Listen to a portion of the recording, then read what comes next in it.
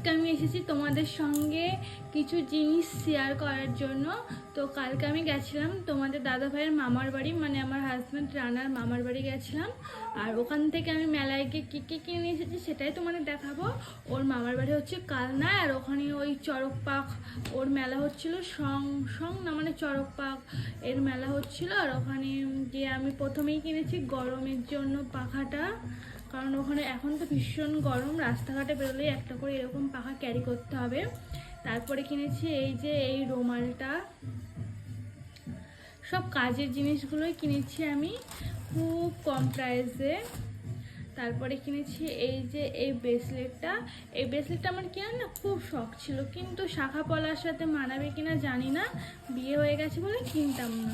তো রানার মাসির মেয়েরা ওই বুনুগুলো কিনছিল, তাই আমি মনে হলো যে আমিও একটা কিনি, পরবো না পরবো, কিন্তু শখ হয়েছে ওর জন্য। আর তারপরেই কিনেছি এই যে এই সানগ্লাসটা। আর এই সানগ্লাসটা কিনেছিলাম, মানে কুটনি লাগছে এখন এই লুকে আমাকে নাইটি মামুনি। তো যাই হোক, এই সানগ্লাসটা কিনেছিলাম। তো এইটুকুনি আমি শপিং করেছি। আমার মেলা খেলায় না অতটা কোনো শপিং করতে, মানে কিছু কেনাকাটা করতে ভালো লাগে না, মনে হয় এই ভেঙে গেল এই চলে গেল, তখন আর রিটার্ন করতে পারবো না, বাড়ি নিয়ে চলে আসলে ওর জন্য। তো যাই হোক, এইটুকুনি কেমন লাগলো কমেন্টে জানিও।